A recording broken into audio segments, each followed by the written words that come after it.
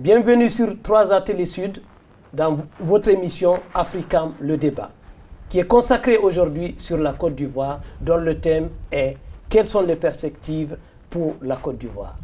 La Côte d'Ivoire, le pays d'Houphouët-Boigny, l'homme de paix, celui qui a fait en tout cas la Côte d'Ivoire d'après indépendance. Pour parler de ce sujet, vu que la Côte d'Ivoire a traversé d'énormes soubresauts, nous avons sur ce plateau des journalistes fins connaisseurs de la géopolitique en Afrique. Sur ce plateau, Lassine Camara, journaliste, fondateur du Devoir africain. Nous avons à ses côtés Yves Tapé Boiseau, journaliste, correspondant de Notre Voix et de Soir Info. Bonjour. Bonjour. À ma gauche, nous avons Clément Yao, correspondant de l'Intelligent à Abidjan. À côté de lui, nous avons Bernard Doza, journaliste, analyste politique que vous connaissez très bien. Pour commencer donc cette émission, avant de rentrer dans le vif du sujet, je vais demander à Bernard Doza de nous planter le décor pour donner un peu à nos téléspectateurs une idée de ce que c'est, où est la Côte d'Ivoire, ce que c'est que la Côte d'Ivoire. Merci beaucoup, M. Barry. La Côte d'Ivoire d'aujourd'hui est en crise parce qu'à partir de l'an 2000, un homme a pris le pouvoir, Laurent Gbagbo, connu comme un socialiste africain. Et la Côte d'Ivoire étant ce qu'on peut appeler la carte postale de la France en Afrique francophone, un socialiste africain qui arrivait donc au pouvoir par la voie électorale, on s'attendait à ce qu'il y ait des réactions dans certains milieux africains, mais ce qui s'est passé en réalité en 2002 a été la récupération d'une revendication identitaire qui est partie depuis 1994 au lendemain du décès du président Houphouët-Boigny. Qu'est-ce qui a déclenché ça? L'ivoirité a été en réalité un concept idéologique qui a été créé par ce que moi je peux appeler la génération aristocratique du pouvoir du PDCI, qui était lui-même un pouvoir basé sur la bourgeoisie agraire.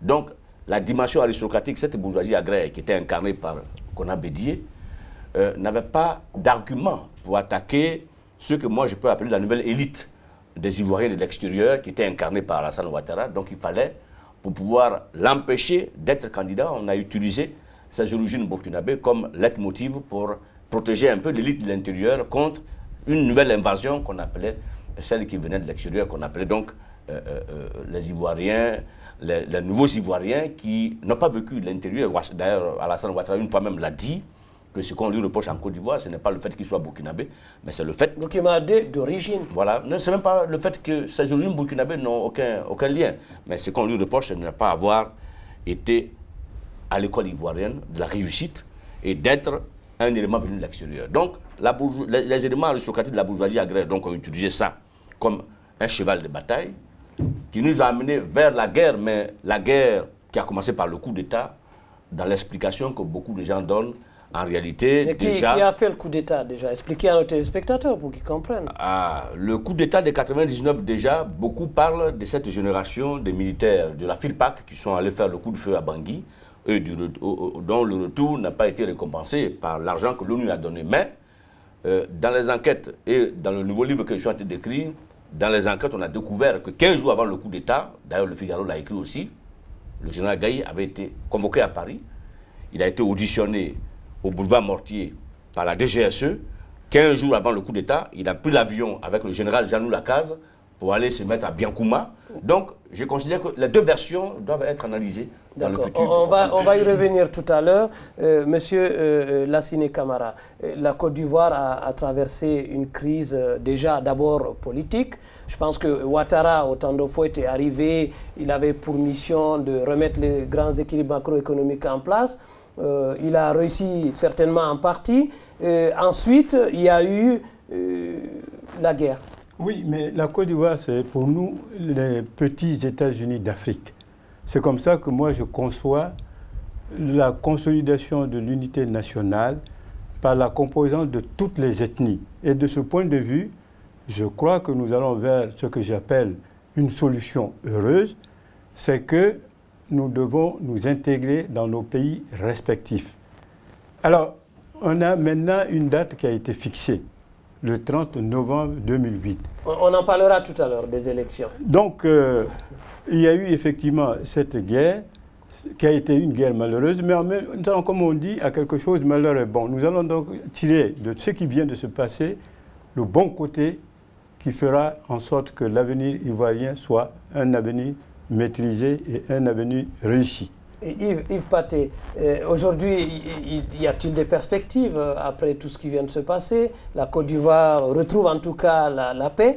Elle est en train de se réconcilier avec elle-même malgré toutes les difficultés? Oui, mais c'est le cas de le dire. Hein. Moi, ce qui est important, c'est qu'il y ait des acquis. Des acquis, en ce sens que la Côte d'Ivoire se retrouve sur le chemin de la pacification. Moi, c'est ce qui est le plus important, que Gbagbo Laurent ait pu faire l'économie de la guerre et de pouvoir avoir, par un langage fédérateur, à trouver des compromis. Gbagbo a compris que... On parlait d'économie de la guerre, il y a eu la guerre. Oui, ensuite... l'essentiel est que maintenant nous sommes sur une pente de pacification. Je suis d'accord, parce que nos téléspectateurs veulent comprendre. C'est une pente de pacification, ça c'est des acquis. Très bien. Et Gbagbo a compris en tant qu'idéaliste que la politique même, par essence, est faite de compromis, de dialogue permanent, sans tomber dans la compromission. Aujourd'hui, voir que Soro Guillaume, qui était chef des rebelles, est le chef du gouvernement, ça c'est des acquis. Donc il y a une étincelle d'espérance en Côte d'Ivoire. Moi, c'est ce qui est important. D'accord. Yves Yao, vous êtes correspondant à l'intelligent à Abidjan, donc vous êtes au fait quand même de certaines réalités. Bon, effectivement, je suis tout à fait... Je partage l'avis de mes confrères. Il faut dire que le problème ivoirien il est assez multiple à travers les paramètres que chacun de nous a certainement évoqués. Mais aujourd'hui, à travers ce que vous venez de dire, quant aux perspectives, il faut dire qu'après les accords de Ouaga, qui ont été conclus donc, depuis mars 2007, cela fait plus d'un an, aujourd'hui, on a espoir que les choses vont rentrer dans l'ordre. C'est vrai qu'il y a eu une date qui a été fixée en ce qui concerne les élections présidentielles. Bon, elle a été encore reportée au 30 novembre. Bon, on va en parler tout à l'heure. Donc cela montre bien qu'il y a une volonté d'abord des acteurs politiques d'aller à la paix et aussi une volonté des Ivoiriens eux-mêmes d'abord de résoudre les propres crises. Les Ivoiriens sont fatigués. Ils sont vraiment fatigués. Bon, je crois que c'est pour cela que le président Gbagbo a dit que désormais, il faut que les crises africaines soient résolues par les Africains eux-mêmes d'abord. Je pense que les perspectives sont très bonnes pour la Côte d'Ivoire. Bernard Doza, la dernière fois j'écoutais tantôt Laurent Gbagbo, il dit « Ma priorité, c'est la paix. Faisons la paix ». Quel est votre sentiment? Je pense que le discours du président Gbagbo, depuis 2002, est un discours d'un homme qui n'a pas les moyens de faire la guerre. Quand on prend le pouvoir et qu'on n'a pas une armée pour faire la guerre, on est obligé de faire un discours de paix et de faire une politique de paix. Depuis 2002, je pense qu'il a tout donné à la paix. Il y a eu d'abord l'échec de Lomé, il y a eu l'échec de Marcoussis, mais quand tu regardes toutes les positions, les textes de Lomé jusqu'au texte de Ouagadougou, ce sont les succédanés de tous les textes qui sont passés à Marcoussis. Dans ces textes-là, qu'est-ce qu'on demandait? L'échec du coup d'État a donné lieu à l'occupation de la Côte d'Ivoire par les rebelles. Dans la partie nord, expliquez bien à nos téléspectateurs. Bon, dans la revendication des rebelles, ce qu'on n'a pas obtenu par le coup d'État, on va l'obtenir dans les négociations avec le clan international. Donc, ce qu'on appelle en Côte d'Ivoire aujourd'hui, pendant la crise, la communauté internationale en réalité, c'est ceux qui sont dans l'activité derrière les rebelles pour qu'on aboutisse à un départ de Laurent Gbagbo en douceur à travers des textes signés à l'extérieur. Mais la communauté internationale a échoué. Oui, mais la rébellion est toujours au gouvernement. On a un Soro Guillaume qui est Premier ministre, mais il faut vous rappeler ce qui est arrivé à Savimbi. Savimbi était devenu un grand rebelle en Angola parce que les Américains ne voulaient pas au pouvoir les communistes de Dos Santos. Donc, une fois qu'on est arrivé à un compromis, on a lâché Savimbi. Pour l'instant, Soro Guillaume est Premier ministre. Ça veut dire que si demain, la France arrive à un compromis sérieux avec Gbagbo, on peut lâcher Soro Guillaume. Mais tant que le compromis n'est pas encore fixé, Soro Guillaume restera toujours comme une sorte d'épée de Damoclès contre le président Gbagbo. C'est ça le fond du dossier. Yves Tapé, qu'est-ce que vous pensez de cette culture de la paix de Gbagbo? Oui, c'est ce que je disais. Tous les spécialistes, les pseudo-spécialistes de la chose publique ivoirienne ont tenu des discours qui ne tiennent pas la route parce qu'ils ont ignoré une dimension qui me semble importante, c'est la dimension spirituelle. Tout à l'heure, vous avez parlé que Gbagbo met en relief le concept de la paix. C'est parce que c'est un croyant. Il en est de même pour sa femme. Donc, quoi? Vous avez dit quoi? Il en est de même pour sa femme. Non, on parle de Gbagbo, là. Oui, en fait, je veux dire le couple, je parle du couple. Non, je parlais du couple Soro, Babo. Non, mais j'apporte une information supplémentaire. C'est-à-dire qu'on ne peut pas faire une lecture objective de la réalité politique ivoirienne sans tenir compte d'un concept qui me semble important, qui est la spiritualité. D'accord. Vous allez aux États-Unis aujourd'hui parler de la réalité politique américaine. Si vous occultez une dimension spirituelle, la dimension spirituelle, vous vous plantez. C'est le cas de la Côte d'Ivoire.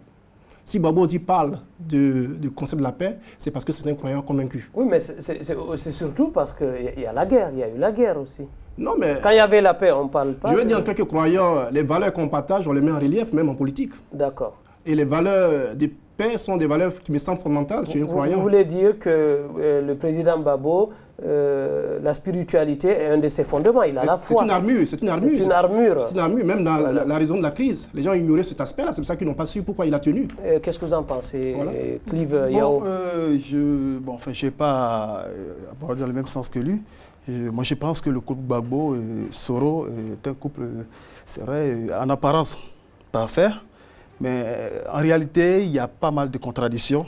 C'est vrai, publiquement, le président Laurent Gbagbo ménage bien son Premier ministre. Il en est de même pour le Premier ministre. Mais récemment, j'ai été quand même intrigué quand les partisans de Gbagbo, notamment le FPI et surtout le CNRD, qui est le Congrès national pour la résistance et la démocratie, ont monté au créneau pour critiquer un peu le bilan de Soro Guillaume. C'est vrai que là, on a vu un peu que entre Gbagbo et Soro, les choses ne sont pas aussi parfaites. Mais je crois que au cours du Conseil des ministres, le président Gbagbo est obligé de revenir sur la question pour tranquilliser son Premier ministre. Pour lui dire que non, mais tiens, il a toujours son soutien. Ça veut dire qu'à tout moment, on peut s'attendre à un petit clash. Voilà, c'est pas exclu. Bernard Doza, peut-on parler à mi-parcours aujourd'hui d'un bilan de la gouvernance Soro, Babo? On peut parler d'un bilan. Des esquisses? On peut parler d'un bilan de la gouvernance. Le bilan que les radicaux du FPI font, dont parle mon confrère de l'intelligent d'Abidjan, ce bilan-là, ils le font comment? Depuis le début de la rébellion, toutes les rencontres qui se sont faites entre les représentants du gouvernement et ceux de la rébellion, l'élément essentiel, c'est le dépôt des armes pour qu'on aille aux élections. Dépôt et destruction des armes. Voilà. On a fait une sorte de simulacre à Bouaké. Oui, on a vu les images. Mais les véritables chefs de guerre n'ont pas désarmé. Bon, les colonels Zakaria et les autres sont toujours au nord. IB est toujours en embuscade. Donc tout le monde sait que tant que Soro Guillaume n'a pas pu accepter ou faire accepter à ses guerriers le dépôt des armes, nous ne pouvons pas aller aux élections. Puisque les rebelles savent très bien que s'ils déposent les armes et qu'on va aux élections, en cas de victoire de Laurent Gbagbo, ceux qui les ont financés vont leur demander des comptes. Donc, voilà pourquoi les radicaux du FPI disent « Nous sommes partis de concession en concession. La dernière concession est le poste de Premier ministre au chef des rebelles. Après un an, qu'est-ce que cela nous a apporté ?» Voilà le fond du débat actuel. Maintenant, si la réponse des rebelles ou du chef des rebelles devenu Premier ministre est de dire « Ce n'est plus de ma faute. Moi, j'ai accepté le poste de Premier ministre. Je suis avec le président dans une entente. » Ça suppose que ceux qui sont à Bouaké ne sont plus en phase avec Soro Guillaume. Donc, il va y avoir de nouveaux remous auxquels on va assister. Parce qu'on sait que depuis les accords de Ouagadougou... Il pourrait y avoir. Quand on voit le discours de IB, j'ai décortiqué la cassette. Il est où IB? Il est au Bénin? Il est au Ghana aujourd'hui. Il attaque au Ghana. Ah, il n'est plus au Bénin. Voilà, il a été chassé du Bénin, il est maintenant au Ghana. J'ai décortiqué le discours de IB. Les gens disent oui, mais c'est un pantin, il était en train de raconter. Mais non, IB était avec les agents de la DGSE. Ceux qui sont venus avec le feu orange de l'Élysée pour faire une opération contre Gbagbo. Quand tu vois le discours tel qu'il est fait, ils avaient la cassette qu'ils devaient mettre à la télévision au lendemain de l'opération. C'est pour dire que derrière les rebelles, il y a d'autres qui ne sont pas d'accord avec cette alliance Gbagbo-Soro. Maintenant, quand le FPI demande à ce que Soro, en tant que Premier ministre, il faut qu'il prenne ses responsabilités. Soit il maîtrise ses troupes, on dépose les armes et on va aux élections, soit il ne maîtrise pas ses troupes. Et en ce moment-là, le gouvernement cherche le nouvel responsable de la rébellion qui peut nous amener à la paix. Ok, Monsieur Camara, aujourd'hui quand même on peut constater qu'il y a la paix. Non. Il y a certes des difficultés, mais aujourd'hui on ne tire plus en Côte d'Ivoire. Et on a même vu les douaniers arriver à Korogo pour reprendre leurs activités. Écoutez, il faut bien cadrer ce débat. Voilà, on a dit qu'il faut régler maintenant ce conflit entre Ivoiriens. Or, les deux belligérants, les principaux belligérants ont accepté déjà de se parler et de faire un gouvernement d'union nationale. Notre rôle, c'est quoi? C'est un consensus. C'est un consensus qu'il faut consolider. Voilà. Je ne crois pas, quelle que soit l'issue, s'il y a une élection transparente le 30 novembre, je ne pense pas que quelques-uns essayent de reprendre les armes. Parce que le peuple ivoirien ne veut plus entendre parler des armes. Et il ne faut pas oublier que ce qui est arrivé au Libéria, ça s'est terminé par les élections. Dès lors qu'il y a le peuple qui choisit librement son leader, la guerre est terminée. Pourquoi, à ce moment-là, les partisans de Charles Taylor n'auraient pas repris les armes? Donc, je ne voudrais pas qu'on passe par un débat pour pouvoir encore envenimer une situation déjà fragile. Les Ivoiriens ont décidé de faire la paix. Nous allons consolider cette volonté. Nous allons informer par des médias responsables que s'il y a des élections, la guerre est terminée, l'homme qui sera élu va aller vers le peuple, demander pardon et évidemment réhabiliter ceux qui ont été plus ou moins victimes. C'est aussi simple que cela. N'essayons pas de dire que Guillaume Soro est ceci ou Babo est cela. Nous sommes pour la paix et c'est pourquoi nous sommes pour les émissions. La mienne m'appartient. Non, moi on respecte l'opinion de chacun. Yves Tapé. Ne perdons pas de vue la traçabilité de ce conflit. On est passé du Togo à Accra 1, Accra 2, Accra 3, et puis on est parti à la flamme de la paix à Bouaké. Aujourd'hui, nous sommes dans un gouvernement de compromis. Et ça s'est conclu au Burkina Faso. Au Burkina Faso. Donc, il y a des acquis essentiels. Pour ne pas me répéter, je pense qu'il faut s'inscrire dans une dynamique optimiste. Je pense que la Côte d'Ivoire est sur la voie de la pacification. Il faut consolider davantage cette voie de pacification, c'est tout. Je pense qu'il ne faut pas s'engager de façon aveugle dans une approche pessimiste. Il y a une étincelle de paix. Je pense qu'il faisait le constat, et oui. Parce qu'il y a 3 ans, 4 ans, qui aurait juré que Soro Guillaume serait au pouvoir, Soro chef de... serait assis en train de décider des perspectives. Il y a des acquis quand même qu'il faut mettre en exergue dans la réalité politique ivoirienne. Et Clément Yao? Moi, je pense que, à travers tout ce que nous venons de dire, je reviens quand même sur des aspects, comme je le disais tout à l'heure, qui portent quand même interrogation. Quand je vois un peu le couple Laurent Gbagbo et Soro Guillaume, bon, c'est vrai qu'il y a eu des accords conclus à Ouaga, mais il ne faut pas oublier aussi qu'il y a une opposition qui est là, qui à travers le RHDP, le rassemblement des patriotistes, qui joue aussi leur rôle, puisque c'est tous dans le G7, où les forces nouvelles sont également membres. Bon, j'ai dit que dans cette histoire, il y a pas mal d'éléments qu'il faut ressortir. Je reviens sur le problème de désarmement. La question qui est récurrente, qui a été posée plusieurs fois, faut-il aller aux élections après le désarmement ou aller aux élections avec des individus armés dans certaines régions? Concrètement, ce n'est pas possible. Bon, voilà, la question est posée. Jusqu'à ce jour, la question n'a pas été résolue. Il n'y a pas de réponse concrète. Et je crois que là-dessus, il faut trouver une solution maintenant, avant d'arriver à la date butoir qui était fixée au 30 novembre. Mais on a vu quand même des pourparlers. Oui. Tout le monde est unanime qu'il sera impossible d'organiser des élections sans la paix. Ce n'est pas possible. Exactement. On ne peut pas faire une élection avec une partie de la Côte d'Ivoire. La Côte d'Ivoire est une entité indivisible. Bernard Doza. Une entité indivisible, oui. Bon, sur les faits, c'est écrit. Dans la Constitution, c'est écrit. C'est ce qu'il faut respecter. Babo lui-même l'a dit, qu'il n'est pas organisé les élections si une partie de la Côte d'Ivoire sort de la République. Voilà. Mais la situation aujourd'hui, si on a constaté que chaque fois qu'il y a une date d'élection, on la repousse, c'est parce que les engagements que prennent les rebelles ne sont pas respectés. Babo a fait un discours devant la CEDEAO au Nigeria, dans lequel il a épilogué depuis Lomé jusqu'à Marcoussis en passant par Pretoria. Toutes les étapes de négociation. Non seulement les étapes, mais les concessions qu'il a accordées aux rebelles. Il en a accordé beaucoup. Oui. Et de l'autre côté, aucune concession n'est venue. Mais... En tant que journaliste et observateur de la Côte d'Ivoire depuis 20 ans, mon rôle est de donner les faits. Oui, et c'est à partir des faits que j'ai dit que je ne suis pas optimiste. Je ne suis pas un optimiste aveugle. Je ne suis contre personne. Moi, je relate les faits. Gbagbo, depuis le 21 octobre 2002, a commencé à donner les concessions à la rébellion jusqu'à l'arrivée de Soro Guillaume au poste de Premier ministre. Qu'est-ce qu'il en a retiré? Rien du tout. Oui, mais aujourd'hui, il y a quand même une paix relative. En tout cas, il y a une amorce de perspective de réconciliation et d'élection. Yves Clément, oui. Oui, M. Barry, non, moi, comme je disais tout à l'heure, c'est une paix apparente. Mais Je vais dire que oui, il y a quand même une paix. Oui, c'est vrai qu'aujourd'hui à Abidjan, ça ne tire plus. Je dis pas, oui, mais ça ne suffit pas. C'est-à-dire qu'à tout moment, ça peut reprendre. Qu'est-ce que vous souhaitez? À partir du moment où les individus ont encore des armes à main, à partir du moment où les individus ont encore des armes à main, il va se dire qu'à tout moment, on peut encore attendre des tirs.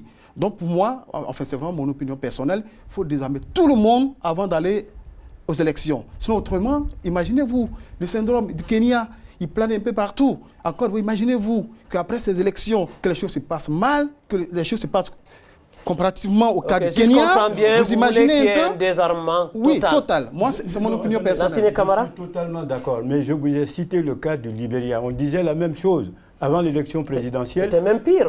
Mais c'était pire. On disait, ouais, il ne faut pas faire l'élection parce que les hommes de Charles Taylor sont encore armés, parce que ceux de Elhadji Koloma sont armés. Mais quand les Libériens ont décidé que par les urnes, il y aura à la fois le désarmement, la paix et l'arrivée des investisseurs, c'est bien ce qui se passe. Je ne suis pas d'accord avec ceux qui disent il faut faire ceci, il faut faire cela. Je dis qu'il y a un commencement de paix et que c'est la vérité. Guillaume Soro est en train de mettre de l'eau dans son vin, Babo en met.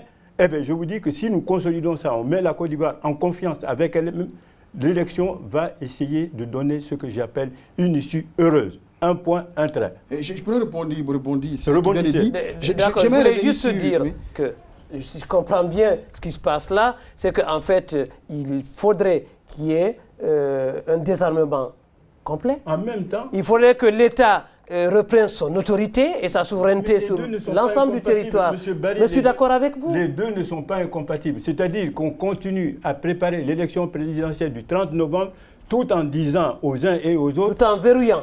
Tout en disant qu'il faut éviter les armes. Tout dérapage. Et puis, Clément, citer des exemples de réussite et citer le cas du Libéria. C'était pire qu'en Côte d'Ivoire. 12 minutes après, on a voilà, la vérité, elle est là. Nous allons vers la paix en Côte d'Ivoire. Les médias doivent évidemment travailler dans ce sens et non pas faire peur aux gens. Je suis contre ce qui peut faire peur à la Côte d'Ivoire. La Côte d'Ivoire va se relever par l'élection, par les urnes, et la paix sera consolidée. Mais de toute façon, moi je partage vraiment l'optimisme. Rapidement, parce que c'est la fin de la première partie. Le réalisme et l'optimisme aussi de mon confrère Lassine Camara. Mais il y a quand même un aspect qu'il ne faut pas oublier. Rapidement. Soro Guillaume a été victime d'un attentat à Bouaké. Pensez-vous que les armes sont sorties d'où? C'est parce que les individus n'ont pas été désarmés. Non. Les faits en partie.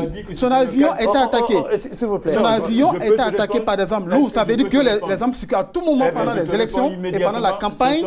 Les candidats peuvent être victimes des attentats. Monsieur, il a été prouvé que c'était les hommes d'Ibeka. Non, les enquêtes n'ont pas été bouclées. Les enquêtes sont en cours. Nous ne sommes pas dans l'émission polémique, s'il vous plaît. Chacun prend la parole. Il nous reste d'ailleurs 1 minute pour conclure la fin de la première partie de cette émission. Patientez-vous, nous aurons l'occasion de continuer le débat tout à l'heure. Merci de rester fidèle à 3A Télé Sud. Nous reviendrons tout à l'heure pour la seconde partie de cette émission.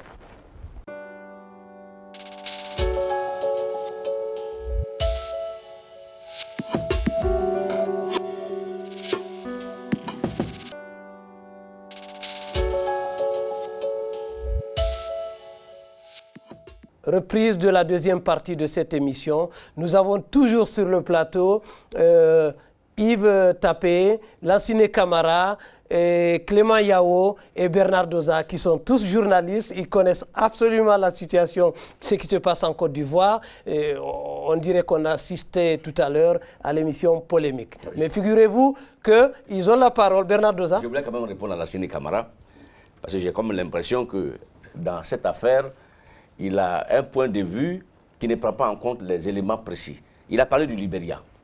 Ce qu'il oublie de dire aux auditeurs, c'est qu'avant que le processus électoral au Libéria se mette en place, Charles Taylor avait été arrêté par la communauté internationale et exilé au Nigeria. Ce qui n'est pas en Côte d'Ivoire. Ce qui n'est pas le cas en Côte d'Ivoire de Guillaume Soro. Le jour où on arrêtera Guillaume Soro pour l'exiler au Libéria ou bien en Afrique du Sud, pour que les élections se passent en Côte d'Ivoire, j'espère que ça ne sera pas le cas, parce que de toute façon, il est le Premier ministre en ce moment de la République. Il est quand même le chef de la rébellion. En tant que, oui, bien sûr, il y a eu un consensus. Vous savez, qui dit consensus, dit compromis, dit même compromission. C'est l'intérêt politique qui va primer, c'est l'intérêt de la Côte d'Ivoire. Donc c'est pourquoi je voudrais que vous abordiez ce débat, franchement, chacun avec son point de vue. Ça dérange personne. Bernard Doza? J'avais presque fini. Moi, je voulais juste souligner à Lassine que Si il y a eu des élections pas parlé encore. au Libéria, c'est parce que le chef de guerre n'était pas au Libéria, donc ses troupes étaient démobilisées, ils étaient découragés.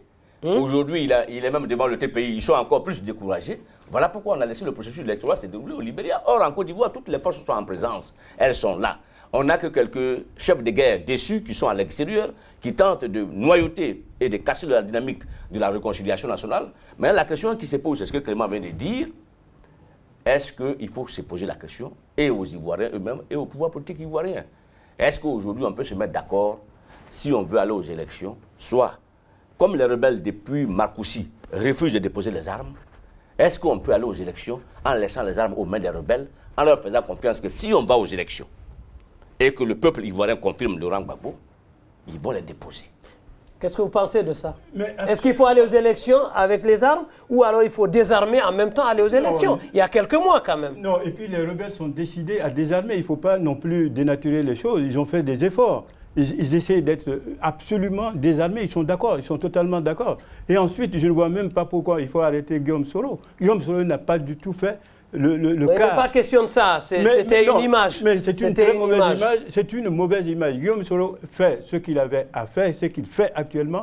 Il dépose les armes, il veut que la Côte d'Ivoire se réconcilie avec elle-même. Il lutte pour qu'il y ait cette élection présidentielle tout à fait normale. Si Gbagbo est élu, il est tout à fait normal que Gbagbo soit respecté. Si c'est Ouattara qui est élu, il est tout à fait normal que Ouattara soit respecté. Si c'est Bédié, c'est comme ça que je vois la Côte d'Ivoire. Il n'est plus question de dire tel est ceci. Ça, c'est ce que j'appelle la désinformation médiatique qui consiste à faire de la surenchère. Et en Côte d'Ivoire, nous ne permettrons aucune surenchère, y compris des surenchères médiatiques. Tout à fait, Monsieur Camara, tout à fait. La dynamique du changement, la dynamique de la paix est entamée. Maintenant, c'est vrai qu'il y a des problèmes à résoudre, mais je pense que les partis en présence doivent prendre leurs responsabilités pour arriver à aplanir les difficultés que souligne Bernard Doza, qui sont réelles, qui ne sont pas imaginaires. Clément? Bon, je pense que c'est vrai. Les perspectives. C'est vrai qu'à travers cette dynamique-là, on pourrait dire qu'aujourd'hui, la tâche revient aux chefs des partis politiques, aux différents responsables des partis politiques, de sensibiliser, de mener une campagne de sensibilisation. Et de s'engager de façon loyale pour la Côte d'Ivoire. La Côte d'Ivoire fait en sorte que les individus soient plus excités par des discours, par des choses que nous observons tous, que chacun puisse vraiment avoir ce devoir-là de se préparer à aller aux élections. Voilà, donc je crois qu'il y a un essentiel à sauver, comme Yves l'a dit tout à l'heure. Il y a quand même des acquis, il faut faire absolument qu'on arrive à les préserver. Donc il y a pas mal de choses à faire. Je voulais dire, Bernard Doza, on a vu la douane à Korogo, on a vu les images dans le nord occupé jadis par les ex-rebelles, reprendre la main. C'est sur une route qui relie le Mali à la Côte d'Ivoire où une centaine de camions circulent, où d'ailleurs on a enregistré, du fait de la guerre, ils ont enregistré une perte de 85 millions d'euros. Aujourd'hui, c'est en train de revivre et je pense que les flux régionaux vont pouvoir circuler. Ce qui se passe aujourd'hui en Côte d'Ivoire, bon, je veux encore apparaître... Non, par rapport déjà à cette question, oui, après vous direz... J'arrive. Je vais apparaître face à mon ami Lassine Camara comme une mauvaise langue, mais moi je constate que la première fois qu'on a tenté d'installer les préfets et les sous-préfets au nord, les gens ont commencé à s'installer et à Bouaké, il y a eu l'attentat contre Soro Guillaume, le processus a été arrêté. Aujourd'hui encore, les douaniers... Je pense que les enquêtes sont en cours. Les enquêtes sont toujours en cours. D'accord. Aujourd'hui, le processus est parti, on nous dit que les douaniers vont s'installer, mais la question fondamentale, c'est le désarmement des rebelles. Mais on est d'accord. Pourquoi les rebelles ne veulent pas désarmer? Parce que tant que les rebelles ne désarment pas et que l'État tentera de s'étendre vers le nord de la Côte d'Ivoire, on aura toujours des couacs et on donnera l'impression aux gens qu'il y a une résistance qui vient, on ne sait pas d'où. Aujourd'hui, on ne sait pas pourquoi. Malgré les accords de Ouagadougou, où tout le monde a été d'accord que l'administration doit s'étendre jusqu'à Korogo, pourquoi jusqu'aujourd'hui il y a des résistances? Non, sur l'ensemble du territoire. Voilà. Je pense qu'on est dans un processus... En fait, il faut qu'on nous explique le blocage. Un instant. Je pense qu'on est dans un processus qui est évolutif.